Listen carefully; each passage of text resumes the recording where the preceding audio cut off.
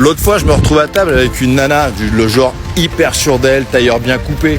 Et à un moment, elle me sort moi, je suis une femme hyper indépendante, j'ai pas besoin d'un homme dans ma vie. Je bois une gorgée de mon verre, je la regarde et je lui dis détends-toi ma grande, personne te demande d'avoir besoin d'un homme pour payer ton loyer, on n'est plus en 1950.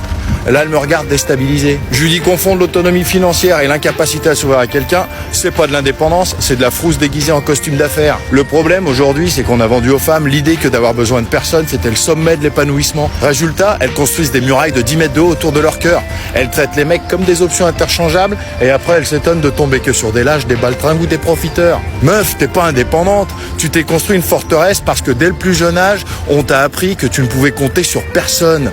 Ce que tu appelles de l'indépendance, c'est juste un bouclier pour masquer ta peur panique de souffrir. Vivre en solo dans un bunker émotionnel, c'est pas être fort. Le vrai courage, c'est d'être assez solide pour baisser les armes face à la bonne personne sans avoir peur de se faire détruire. Mais si ta seule manière d'exister face à un homme, c'est de lui prouver H24 que tu peux te passer de lui, ne t'étonne pas qu'il finisse par te prendre au mot et qu'il trace sa route.